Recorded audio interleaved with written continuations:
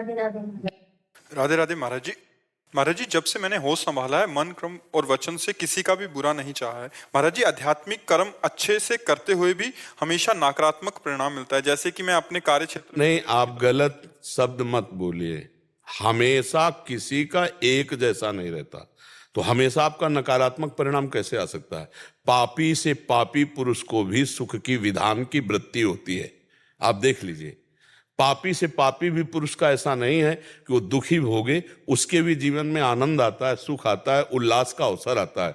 तो आप इतना तो मत कहिएगा कि पूरे जीवन का परिणाम ये है कि हम धर्म से चलते हैं, कोई पाप कर्म नहीं करते, पर नकारात्मक ही उत्तर आता है। ऐसा नहीं, सकारात्मक और नकारात्मक दोनों आते। दिन ही दिन किसी के जीवन में हो ऐसा नहीं, रात भी है, और रात ही रात किसी के जीवन में हो ऐसा नहीं। चूंकि ये प्रकृति का नियम है, इसलिए हम बिना किसी ननुनच के ये आपकी बात काटते हैं कि आप जो है नकारात्मक सोच ही आपके सामने या नकारात्मक परिणाम ही आपके साथ। ऐसा नहीं है, क्योंकि सृष्टि का एक क्रम है, कभी सुख कभी दुख, कभी अनुकूलता कभी प्रतिकूलता, कभी लाभ कभी हानि, कभी मान कभी अपमान। ये सबके जीवन में आता है, सबके जीवन में आता है। किसी का एक जैसा जीवन, भगवान जब अवतार लिए उनका नहीं चला तो मनुष्य का क्या चलेगा? समझ रहे हो ना? कितना सुंदर बढ़िया जनकपुर से ब्याह होके आ रहा है राम जी का।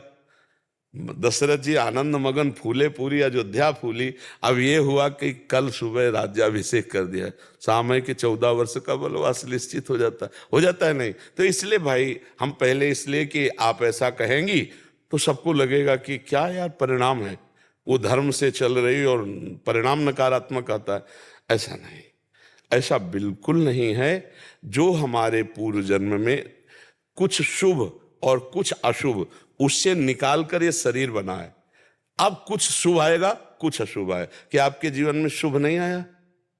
आप ऐसा नहीं कह सकते कि नहीं आया। शुभ आता है तो अशुभ भी आता है। हमको धैर्यपूर्वक अशुभ से लड़ना है। सुख में तो किसी को लड़ना पड़ता नहीं है ना, वो तो आनंद भोग करता है। लेकिन अशुभ में लड़ना है, हारना नहीं है। उस समय लड़ना है कि राधा राधा राधा, और बुद्धि के द्वारा अपने को बचाना है। हम कहीं डूब न जाएं, उस दुख में, उस विपत्ति में न डूब जाएं। देखो, इसका नाम मृत्युलोक है। कभी ऐसा हो सकता है आपके प्रियजन मर जाएं, मृत्युलोक है ना, प्रियजन बिछुड़ जाएं। कभी ऐसा होता है प्रियजन मिल जाएं। तो हमको बहुत संभल के चलना है इस मृत्युलोक में, कि हमारे प्रियजनों का वियोग हो सकता है, मरण हो सकता है। इसका नाम मृत्युलोक। हमारी प्रिय वस्तुएं हमसे छिन सकती हैं, ये मृत्यु लोक है। यहाँ पता नहीं कब कहाँ कैसा। इसीलिए हम कहते हैं नाम जप करो, राधा राधा राधा राधा, और हे प्रभु बचाओ। बड़ा भयावह संसार है, बड़ा अब वो चैन से सोने की जंजीर पहने जा रही है, और दुष्ट आया पकड़ के ऐसे मुंह भरा, वो गिर गए। 40,000 50,000 1 लाख की जंजीर होगी, और उसका जीवन नष्ट, हाथ टूट जाए, पैर टूट। वो मोटरसाइकिल में बैठे ना, ऐसे लोग खींच लेते। अब कितनी घटनाएं ऐसी हैं जो व्यर्थ की, मतलब जीवन लीला को नाश करने। अब वो आराम से मस्ती से जा रहा किनारे किनारे, उसका ड्राइवर का पता नहीं क्या हुआ, गाड़ी चढ़ गई पीछे। ऐसे ये बड़ा दुखालय संसार है, भगवान ने लिख दिया है, और ये नाशवान है। दुखालयम अशाश्वतम। इसलिए नाम जप करो, दुख से लड़ना सीखो, सुख में भूलो मत। ऐसे अपनी जीवन यात्रा को काटो। जो कर्म हमने किए हैं वही हमारे परिणाम में आएंगे, पक्का समझो, उसके अलावा नहीं आ सकता। अब हम मनुष्य जन्म पाए हैं तो नया एक ऐसा कर्म करें कि सब कर्मों को दबा दे, वो है भजन। भजन एक ऐसा महान कर्म है जो तुम्हारे पाप और पुण्य दोनों को नष्ट कर देगा, और तभी भगवत प्राप्ति होती, भगवत प्राप्ति करा देगा। तो अब जैसे आप कहें कि आपके दोनों किडनी ठीक है ना? हाँ। हम बचपन से किसी जीव को मारा हो ऐसा याद नहीं, और भजन के सिवा कुछ काम नहीं, और दोनों किडनी फेल है। विचार करो आप, अगर दावा पेश करें तो करने का अधिकार रख सकते हैं, लेकिन हमको ज्ञान है इस बात का, इसलिए दावा नहीं पेश करना है। हमारे कर्म का फल हमको प्राप्त हुआ, लेकिन हमारे प्रभु का प्रसाद, स्वस्थ किडनी वाला इतना कार्य नहीं कर सकता जितना फेल किडनी से कार्य करवा रहे प्रभु, नहीं करवा रहे। ये भगवान की कृपा है और ये हमारा कर्म है। कल तो गुरु भगवान 1-1.5 लाख लोग थे, हाँ, आज उससे ज्यादा। गिनते मेरे जबान थक गई।